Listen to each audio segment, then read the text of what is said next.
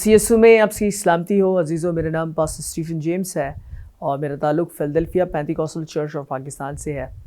माड़ीपुर में और Christian town में पासबानी खिदमत को सरअंजाम दे रहा हूँ और मैं खुदावन का शुक्रगुज़ार हूँ एक दफ़ा फिर, ताकि खादम pastor Sarfaraz William, pastor Javed William और गवाही टेलीविज़न की सारी टीम के लिए कि जिन्होंने फिर ये मुनासिब समझा कि एक दफ़ा फिर पैगाम इलाही के इस एपिसोड में वो मुझे मदऊ कर सके। मैं निहायत शुक्रगुज़ार हूँ इन सब के लिए। खुदावन इन्हें और बरकत, सलामती और सरफराजी अनायत करे।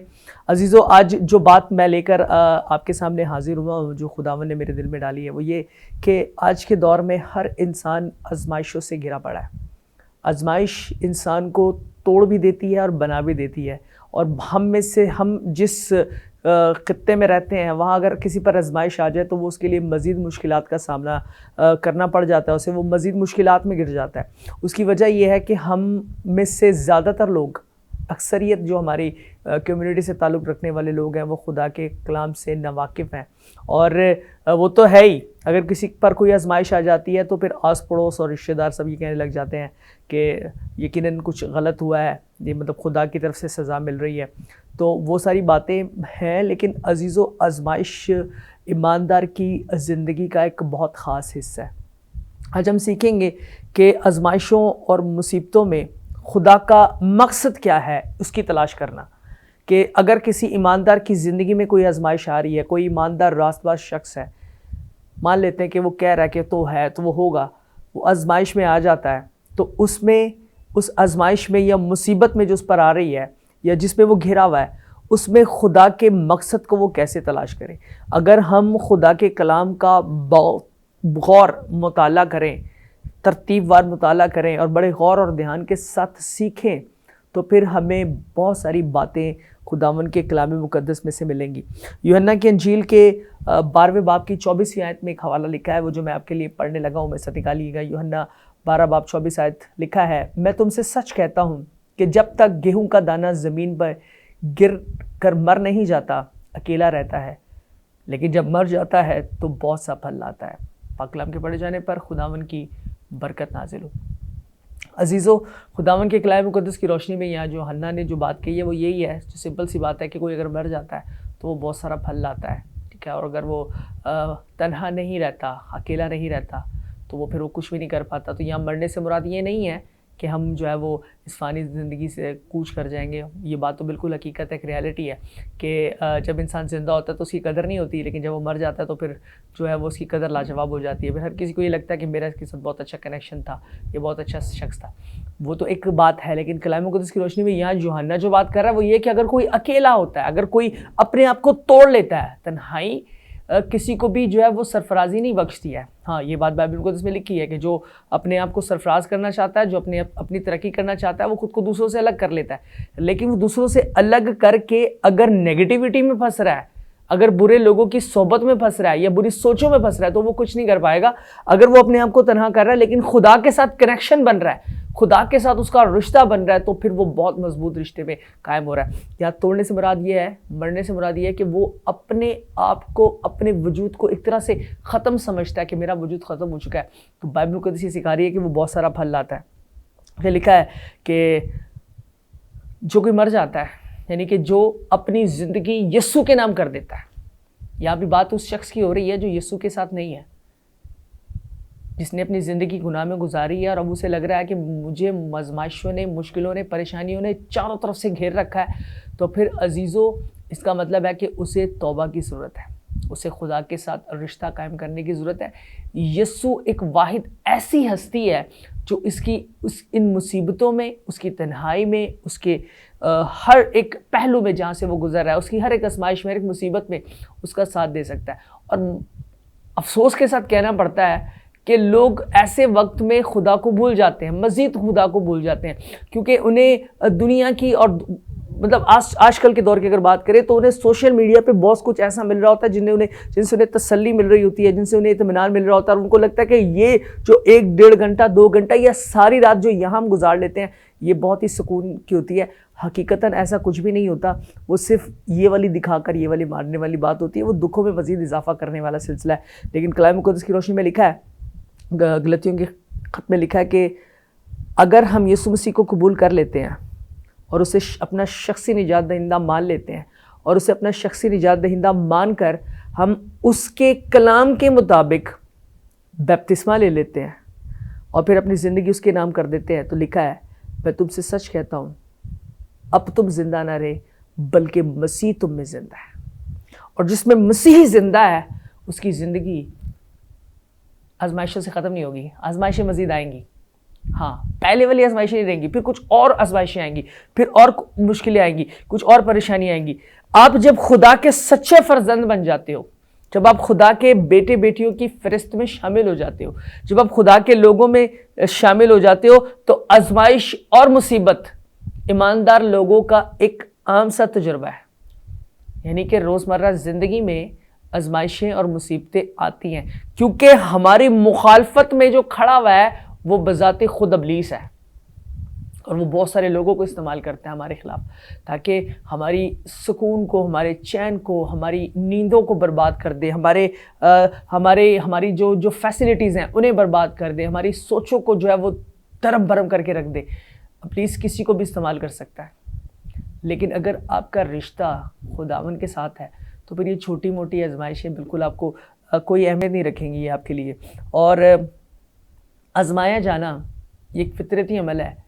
देखिए, अगर खुदा के कलाम की रोशनी में देखेंगे तो आदम से लेकर यीशु मसीह तक, और यीशु मसीह से लेकर आज हम तक, सभी ईमानदार आजमाए जाते हैं। अब देखना यह है कि उन आजमाइशों में जो खुदा के मकासद है वो क्या है, और अगर हम जो आजमाए जा रहे हैं उसके पीछे की जो बुनियादें हैं वो क्या है। इंसान आजमाया क्यों जाता है? अगर कोई ये समझता है कि खुदा ने उसे आजमाइश में डाला है, तो ये बात तो पहले और सच है और हकीकत है, इस बात को समझ लें कि खुदा किसी को भी नहीं आजमाता। खुदा किसी को भी नहीं आजमाता, और हकीकत है ये कि खुदा हमें नहीं आजमाता। आजमाइशें इसलिए आती हैं अजीज़ों कि हम खुदा की कुर्बत में आ सकें। आजमाया जाना हर ईमानदार का हक है, मैं यही कहूँगा। आजमाया जाना हर ईमानदार का हक है। आजमाइश में पड़ना गुनाह नहीं है। अगर आप आजमाइश में पड़ जाते हैं तो ये गुनाह नहीं है, लेकिन अगर आप उस आजमाइश में पड़ जाएं और उस आजमाइश में शिकस्त हासिल कर ले तो ये आपके लिए गुनाह हो जाएगा, क्योंकि यीशु ने हमें फतहमंद जिंदगी देने का वादा किया है। उसने कहा कि मैं इसलिए आया कि तुम जिंदगी पाओ और कसरत की जिंदगी पाओ। कौन सी जिंदगी पाओ? कसरत की जिंदगी पाओ। और हम कौन सी जिंदगी लिए हुए? हसरतों की जिंदगी, हसरत की जिंदगी। कसरत और हसरत में बड़ा फ़र्क है, बल्कि ज़मीन आसमान का फ़र्क है।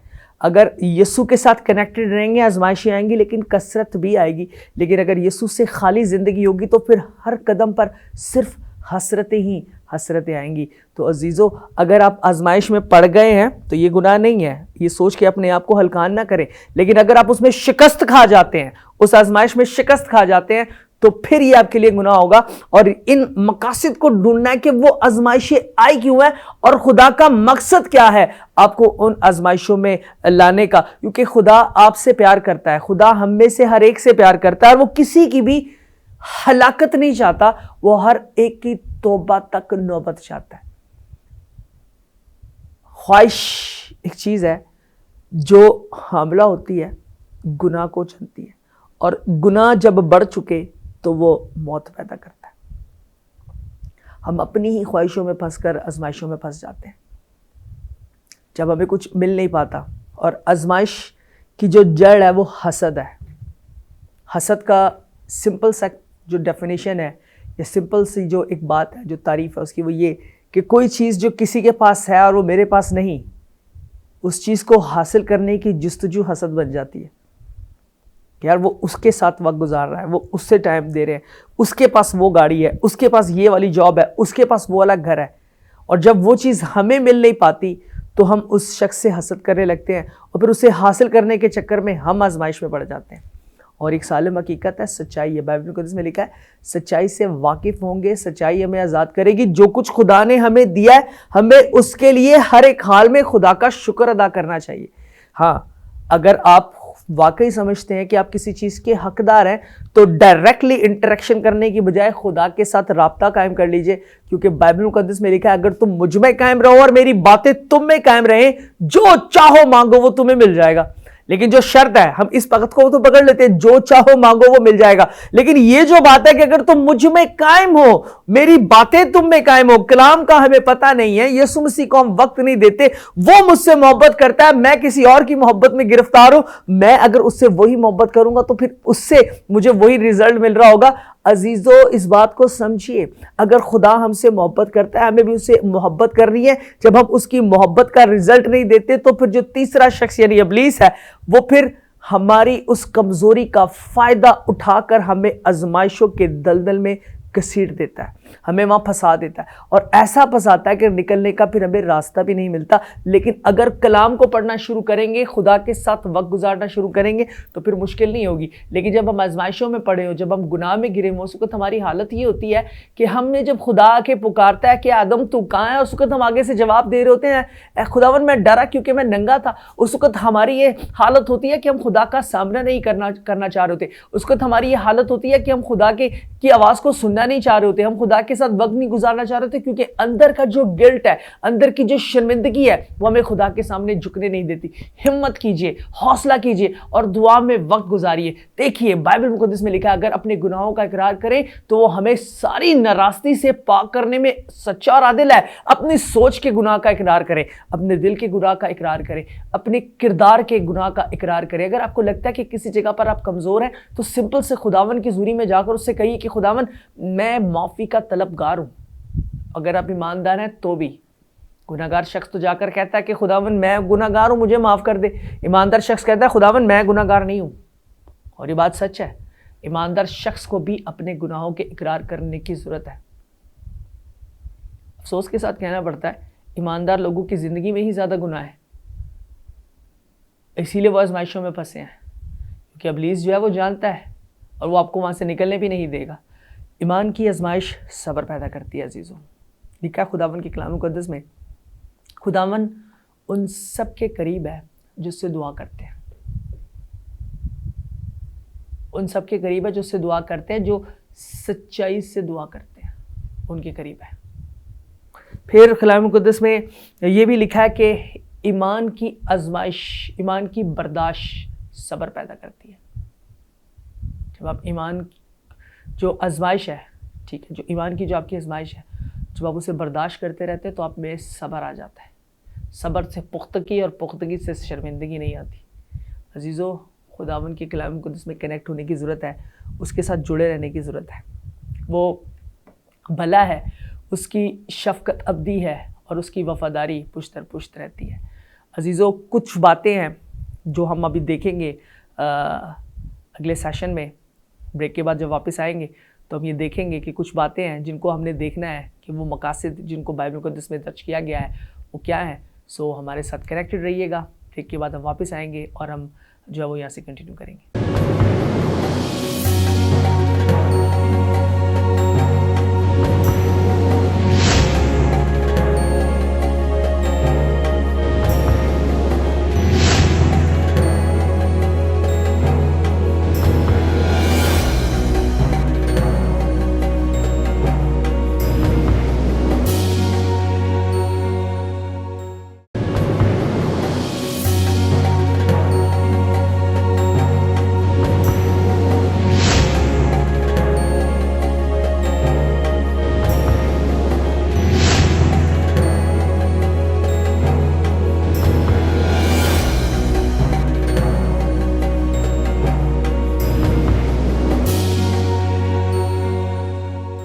जी अजीज़ों, वेलकम बैक। ब्रेक पे जाने से पहले हम बात कर रहे थे कि इंसान आजमाइशों में फंसता है, और हमारा आज का टॉपिक है कि ईमान की आजमाइश।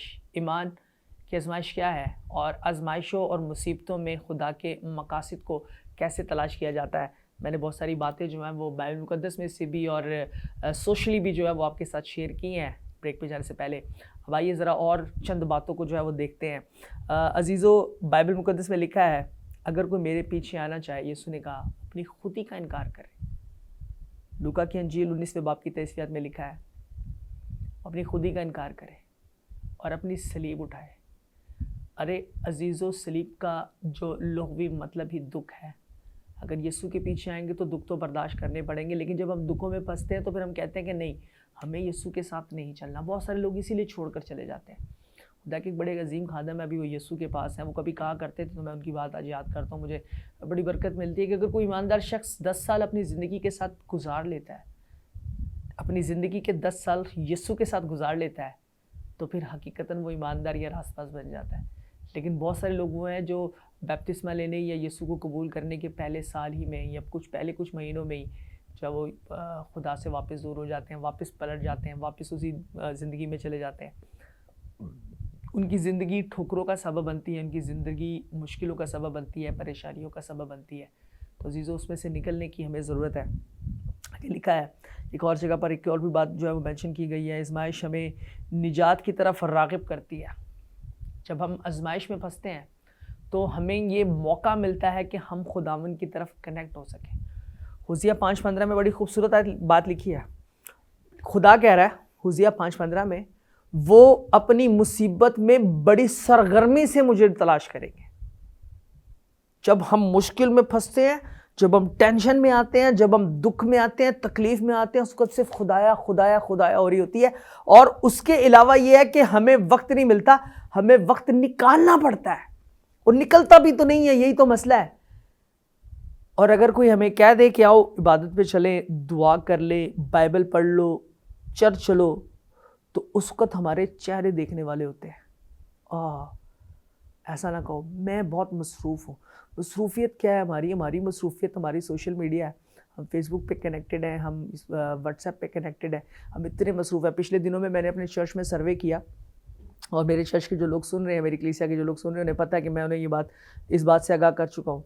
मैंने जब सर्वे किया और मैंने पूछा कि आपकी मसरूफ़ियत क्या है, जब बाल की खाल निकालना शुरू की तो मसरूफ़ियत पता चली कि 3 से 4 घंटे उन्होंने अपने मोबाइल फ़ोन को देने होते हैं, फेसबुक को और व्हाट्सएप को और दूसरे जो सोशल ऐप्स हैं उन्हें देने होते हैं। तो अजीज़ों, ये हमारी मसरूफ़ियत ऐसी है जो हमें खुदा से दूर कर रही है, और ये बात बिल्कुल सच है। बाइबल को इसमें लिखा है कि जब हम मुश्किल में, परेशानी में होते हैं, हम खुदा को ढूंढते हैं। मुसीबत में हम सरगर्मी से, बड़े जोश के साथ हम उसे ढूंढते हैं कि खुदावंद तू किधर है, तूने मुझे क्यों छोड़ दिया है, मैं अकेला हूँ, खुदावंद तू ओदी भी सुनना है, मेरी क्यों नहीं सुनता।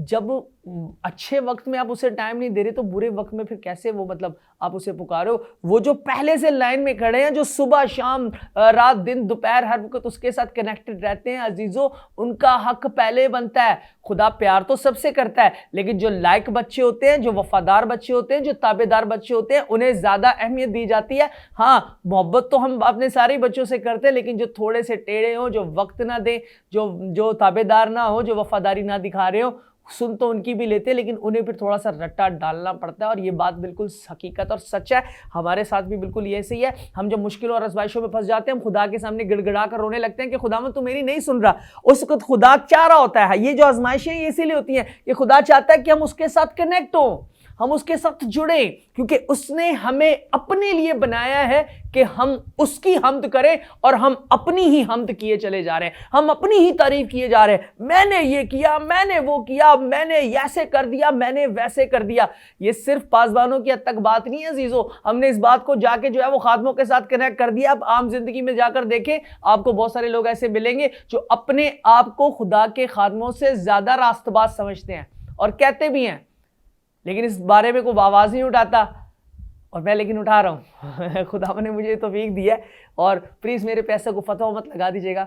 मैं ये बात जो कर रहा हूँ ये बिल्कुल सच है, और ये सोसाइटी की ज़रूरत है। हमें अपने गिरेबान में भी झांकने की ज़रूरत है। हम मुश्किलों और परेशानियों में इसलिए फंसते हैं कि हम खुदा से दूर हो जाते हैं। बाइबल मुक़द्दस में लिखा है, ईमान की आजमाइश सब्र पैदा करती है। जब हमें सब्र करना नहीं आ रहा होता ना, तो फिर खुदा हमें आजमाइशों में डालता है। नहीं, खुदा नहीं डालता। बाइबल मुक़द्दस में वाज़े तौर पर लिखा है, खुदा कभी भी बदी से नहीं आजमाता, ना ही वो आजमाया जा सकता है। हम अपनी ख्वाहिशों में फंसते हैं और आजमाइशों में गिर जाते हैं। और जब हम आजमाइशों में गिर जाते हैं तो वहां खुदा जरूर हमारी मदद कर रहा है, क्योंकि कलाम में लिखा है तेरी आजमाइश 3 दिन से ज्यादा की नहीं है, लम्हा भर की तेरी आजमाइश है। लेकिन उसके लिए लिखा है जो खुदा के साथ जुड़ा हुआ है, जिसका खुदा से कोई राब्ता ही नहीं है, जो चर्च नहीं जा रहा, जो बाइबल नहीं पढ़ रहा, जो दुआ में वक्त नहीं गुजार रहा, उसकी आजमाइशों में खुदा उसके साथ नहीं खड़ा।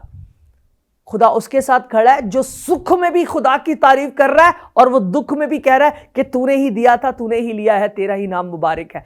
अजीजों, हमें सीखने और समझने की जरूरत है ताकि हमारी जिंदगियां खुदा के जलाल और खुदा की कुदरत का सबब बन सके। अजीजों, रोज़ाना की बुनियाद पर जो है वो हमारी ज़िंदगियों में आजमाइशें आती हैं और हमें उन आजमाइशों से लड़ने के लिए खुदावंद के फजल की और उसकी तौफीक की ज़रूरत है। 2 बातें जो हैं वो हम आगे चलकर देखते हैं। हमने ये देखा कि आजमाइश खुदा की तरफ से नहीं है। अबलीस के मामले में भी अगर हम देखें तो वो भी खुदा की तरफ से नहीं थी, वो भी अबलीस ने इजाज़त मांगी खुदा से, उससे जाके कहा और खुदा ने उसे इजाज़त दी। खुदा ने ये नहीं कहा कि ठीक है मैं उसको आजमाइश में डाल रहा हूँ, खुदा ने कहा उसको नुकसान नहीं होना चाहिए जो तू करना चाहता है, क्योंकि अब खुदा जानता था कि अबलीस क्या कर रहा है और खुदा ये भी जानता था कि उसका बंदा अय्यूब कितना साबिर है। और बाइबल मुकद्दस में से हमने ये भी देखा कि हर शख्स अपनी ही ख्वाहिश में खिंचता है और वो आजमाइशों में फंस जाता है। ईमान जो है वो हमारी जो आजमाइश है वो सब्र करना सिखाती है। और फिर इसके अलावा बाइबल मुकद्दस में ये लिखा है कि हमने अभी देखा कि जब हम आजमाइश में होते हैं तो फिर हम बड़ी जानफिशानी के साथ, फिर बड़ी सरगर्मी के साथ हम खुदावन की तलाश करते हैं। ईमान की आजमाइश हमें खुदावन के करीब लाती है। ज़बूर 119 की 59 आयत में लिखा है कि ईमान की जो आजमाइश है वो हमें खुदावन के करीब लाती है। अजीज़ों, एक हवाला मैं ज़रूर आपके साथ मिलकर पढ़ना चाहता हूँ। 1 कुरिन्थियों का 2 बाब, 2 कुरिन्थियों का 4 बाब जो है वो मेरे साथ निकालिए। हम देखेंगे कि आजमाइश का ईमानदार की ज़िंदगी में फ़ायदा क्या है। अगर किसी ईमानदार की ज़िंदगी में आजमाइश आती है तो उससे क्या फ़ायदा हो सकता है। तो मेरे साथ निकालिएगा ज़रा 2 कुरिन्थियों 4 बाब और उसकी 16 और 17 आयत को जो मैं आपके सामने पढ़ने लगा हूँ, ज़रा गौर और ध्यान के साथ सुनिएगा। लिखा है, इसलिए हम हिम्मत नहीं हारते बल्कि हमारी ज़ाहरी इंसानियत ज़ाइल होती जाती है, फिर भी हमारी बातनी इंसानियत रोज़ बरोज़ नहीं होती जाती है, क्योंकि हमारी दम भर की हल्की सी मुसीबत हमारे लिए अज़हद भारी और अबदी जलाल पैदा करती जाती है। जो छोटी सी आजमाइश ईमानदार की ज़िंदगी में आती है अजीज़ों, वो इसलिए आती है कि खुदा का जलाल आपकी ज़िंदगी में जारी हो सके। अपनी मुसीबतों में, अपनी आजमाइशों में खुदावन की शुक्रगुजारी करते रहें, क्योंकि खुदावन भला है और उसकी शफ़क़त अबदी है। और फिर एक और बात जो है वो बाइबल मुक़द्दस में देखते हैं, फिर ज़रूर हम आपके लिए दुआ करेंगे। 1 कुरिन्थियों का ख़त उसका 10वां बाब, वहाँ भी लिखा है कि ईमान की जो आजमाइश है वहाँ पर भी ऐसी ही एक बात दर्ज है। तो मैं आपके लिए पढ़ने लगा हूँ। 1 कुरिन्थियों 10वां बाब उसकी 13वीं आयत में लिखा है, तुम किसी ऐसी आजमाइश में नहीं पड़े जो इंसान की बर्दाश्त से बाहर हो। खुदा सच्चा है, वो तुमको तुम्हारी ताकत से ज़्यादा आजमाइश में ना पड़ने देगा, बल्कि आजमाइश के साथ निकलने की राह भी पैदा कर देगा ताकि तुम बर्दाश्त कर सको। सो अजीज़ों, अगर हम आजमाइश में फंस जाते हैं तो खुदावन हमें ऐसी मुश्किलों और परेशानियों से निकालने का रास्ता भी रखता है, और हमारी जो दम भर की हल्की सी मुसीबत है वो हमारे लिए अज़हद बारी और अबदी जलाल पैदा करती है। अगर आप में से कोई भी है जो आजमाइशों में और मुसीबतों में फंसा हुआ है, मैं खुदा का खादम होते हुए कवाई टेलीविज़न के तवासुब से आपके साथ मिलकर हम दुआ करेंगे कि आपको खुदा इन आजमाइशों से निकाले। फ़कत करना ये है कि उसकी हुज़ूरी में झुकें और उससे कहें, अगर गुनाह किया है तो कहें कि खुदावन मुझसे गुनाह हुआ है, मुझे माफ़ कर दो। यकीन कीजिएगा वो आपको माफ़ कर देगा। अगर आप ईमानदार नहीं तो अपनी ज़िंदगी आज यीशु के नाम कर दीजिए, आज अपनी ज़िंदगी यीशु के सपुर्द कर दीजिए। आप ईमानदार हैं तो सिर्फ इकरार कर लीजिए और अपने इन आजमाइश के दौर का जो आप पर से गुजर रहा है, चाहे वो रुपए पैसे के ताल्लुक से है, बच्चों के ताल्लुक से है, आपकी अज़दवाजी ज़िंदगी के ताल्लुक से है, आप खुदावन की शुक्रगुजारी करें, उसमें से निकलें। उसमें से निकलने के लिए खुदावन से उसके फजल को मांगें। जिस भी सतह की आजमाइश में आप हैं, सिर्फ ये बात याद रखिएगा कि दम भर की ये हल्की सी मुसीबत आपकी ज़िंदगी में बहुत बड़ी बरकत, बहुत बड़ा ब्रेक थ्रू और बहुत बड़ा जलाल आने वाली है। आइए सुर को झुकाइए, आंखों को बंद कीजिए, हम सब मिलकर आपके लिए दुआ करेंगे। शाय अज़ीम कादिर मुतलक खुदा, यीशु मसीह के बाबरकत नाम से हम तेरी शुक्रगुजारी करते हैं आज के सच्चे वक्त के लिए। सारे सेशन में तूने हमारी मदद और रहनुमाई की, हिफाजत की, हम शुक्रगुजार हैं। अपनी बरकत, रहमत और अपनी कुदरत को इसी तरह से बनाए रखना। खुदा इस वक्त इस टेलीविज़न स्क्रीन के सामने जितने लोग हैं खुदा जिन्होंने ये कलाम सुना है और जो आजमाइशों में फंसे हैं, खुदावन मैं तेरा खादम होते हुए इनमें से हर एक के लिए तेरी बरकत चाहता हूँ। आजमाइशों में से निकलने का रास्ता फराहम कर रहा है खुदा। इन्हें तौफीक दे ताकि खुदा जो मकासद जो इन्होंने यहाँ से आज सीखे हैं, ताकि सब्र करना सीखें। ऐ खुदा तुझ पे भरोसा करना सीखें, तेरी कुर्बत में आना सीखें, और ऐ खुदा तेरा जलाल इनकी ज़िंदगी में ज़ाहिर हो सके। खुदा अपनी कुदरत के ज़ुर में संभाल और अपने ज़ुर में बढ़ने का बारी फजल इनायत कर। तेरे बेटे खुदा यीशु मसीह के बबरकत नाम के वसीला से मांगते हैं, आमीन।